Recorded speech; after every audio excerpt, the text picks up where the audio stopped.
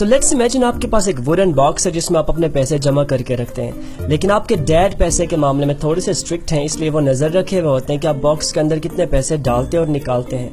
इसके अलावा वो ये भी चेक करते रहते हैं कि कहीं आप अपने पॉकेट मनी के अलावा इधर उधर से पैसे मार के बॉक्स में तो नहीं रख रहे।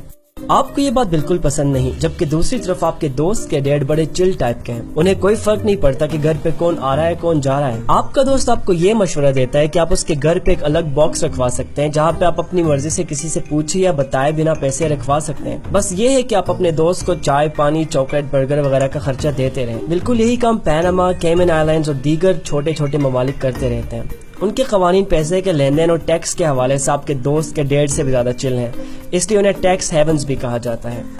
सोने पे सुहागा ये है कि इन ममालिक के कवानीन के मुताबिक आप कोई भी कंपनी उसके ऑनर के नाम को डिस्क्लोज किए बगैर रजिस्टर करवा सकते हैं। सो बेसिकली आप अपने बॉक्स पे अपना नाम चेंज करके अपनी मर्जी का कोई भी नाम रख सकते हैं और कोई आपसे पूछने वाला नहीं होगा।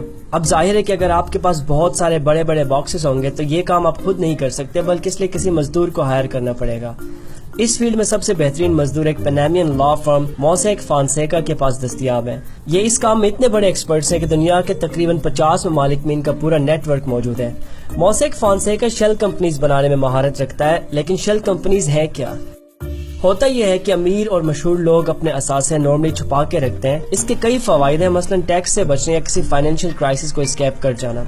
सो हाल ही में मोसेक फोंसेका के अंदर से किसी ने ये डॉक्यूमेंट्स लीक कर दिए। कितने डॉक्यूमेंट्स?